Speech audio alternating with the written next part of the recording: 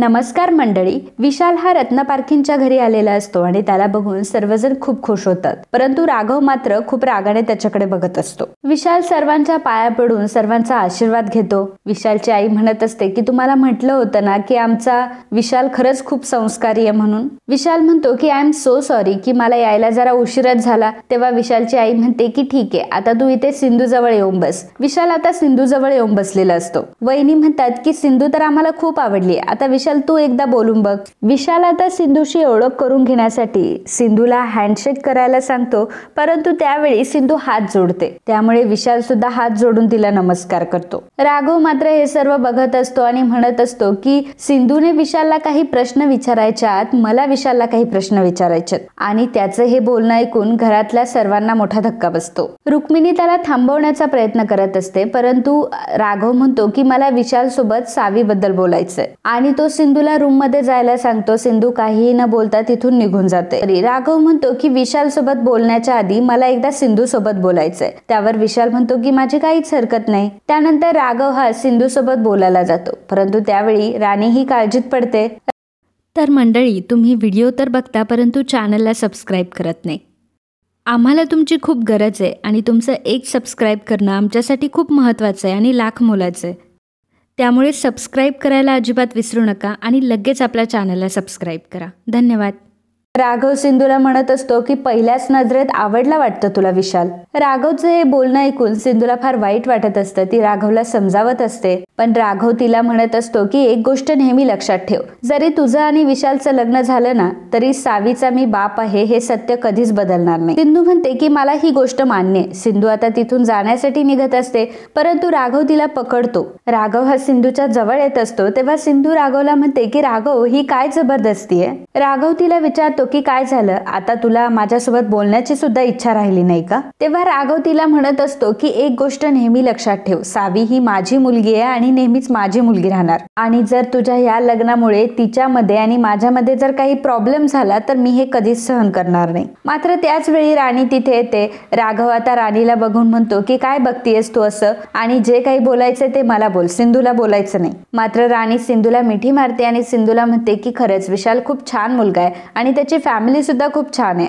आणि मग ती राघवला सांगते की तुला विशाल सोबत काहीतरी बोलायचं होतं ना, तो तुझी वाट बघतो. आणि मग राणी राघवचा हात धरून आता ती त्याला बाहेर घेऊन जाते. राघव विशालला म्हणतो की मला तुमच्या सोबत बोलायचंय. विशाल आता राघवच्या समोर येऊन उभा राहतो. राघव विशालला म्हणतो की विशाल मला तुझ्यासोबत जरा सावी बद्दल बोलायचं. सावी म्हणजे माझी आणि सिंधूची 8 वर्षांची मुलगी. विशाल म्हणतो की हो मला माहिती आहे ती. राघव म्हणतो की माझ्यामध्ये आणि सिंधूमध्ये नवरा बायकोचं कुठलंही नातं नाहीये, मात्र आम्ही सावीचे आई वडील आहोत म्हणून सावीचं को पॅरेंटिंग करण्याचा निर्णय आम्ही घेतलाय. विशाल म्हणतो की मला तुमचा हा निर्णय आवडलाय आणि तुमच्या या निर्णयाचा मी कायम आदर करेल. राघव विशालला म्हणतो की परंतु सावीमुळे आमचं भेटणं सुद्धा होईल. तर विशाल म्हणतो की आम्हाला काहीही हरकत नाही. विशालचे हे उत्तर ऐकून रत्नपारखी खूपच खुश होतात. राघव विशालला विचारतो की एका मुलीच्या आईसोबत लग्न करण्याचा तू निर्णय का घेतलास. विशाल म्हणतो की खरं तर लहानपणापासून मी माझ्या आईचे कष्ट बघत आलोय. माझे वडील लहानपणीच गेले आणि तेव्हा मी ठरवलं की मी अशाच मुलीशी लग्न करेल जिला खरंच एका लाईफ पार्टनरची गरज. जेव्हा मला समजलं की तुम्ही सिंधूसाठी स्थळ बघताय तेव्हाच मला कळलं की सिंधू खरंच खूप चांगली मुलगी असणार आहे. राघव म्हणतो की परंतु एवढा उशिरा का तू लग्न करतोयस. तेव्हा विशाल सांगतो की खरं तर मला मुली आवडल्या नाही आणि ज्या मुली मला आवडल्या त्यांना मी आवडलो नाही. राघव म्हणतो की ठीक आहे, परंतु लग्नानंतर जरी तुम्हाला मूल झालं तरी सुद्धा सावीवरचं प्रेम मात्र कमी होता कामा नये.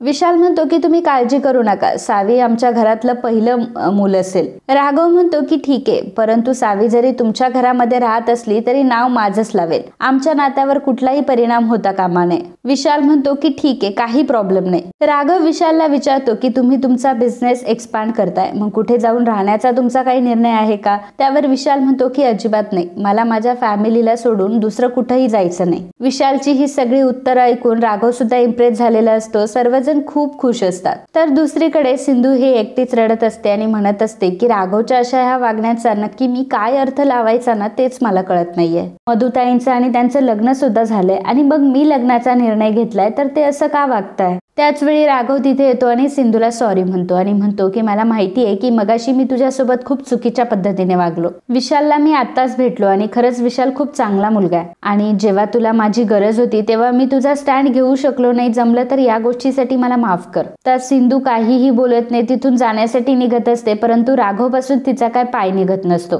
दुसरीकडे विशालची आई ही सांगत असते की माझा विशाल खरंच खूप गुणी आहे, त्याने कधी माझा ओरडा सुद्धा खाल्ला नाही. त्याच वेळी आता राघव आणि सिंधू सुद्धा तिथे आलेले असतात. सिंधूला ठसका लागतो, त्यामुळे राघव आता सिंधूला पाणी देण्यासाठी जातो. तोपर्यंत विशालने तिच्यासाठी पाणी सुद्धा आणलेलं असतं. राणी आता सगळ्यांसमोर सिंधूला विचारते की सिंधू, तुला विशाल आवडला ना, तुझं काय मत आहे? सिंधू काहीही बोलत नाही. तेव्हा राघव राणीला म्हणतो की तिला विचार करण्यासाठी तिचा स्वतःचा वेळ घेऊ दे. विशाल सिंधूला म्हणतो की सिंधू, मला तुझ्यासोबत बोलायचंय. सिंधू म्हणते की ठीक आहे, मलाही तुमच्यासोबत बोलायचंय. आणि मग विशाल आणि सिंधू दोघंही बाल्कनीमध्ये जातात, परंतु राघवला मात्र खूप जलसी होत असते. विशाल सिंधूला विचारत असतो की तुम्ही लहानपणापासूनच अशा आहात का, म्हणजे एकदम साध्या, समंजस, शांत?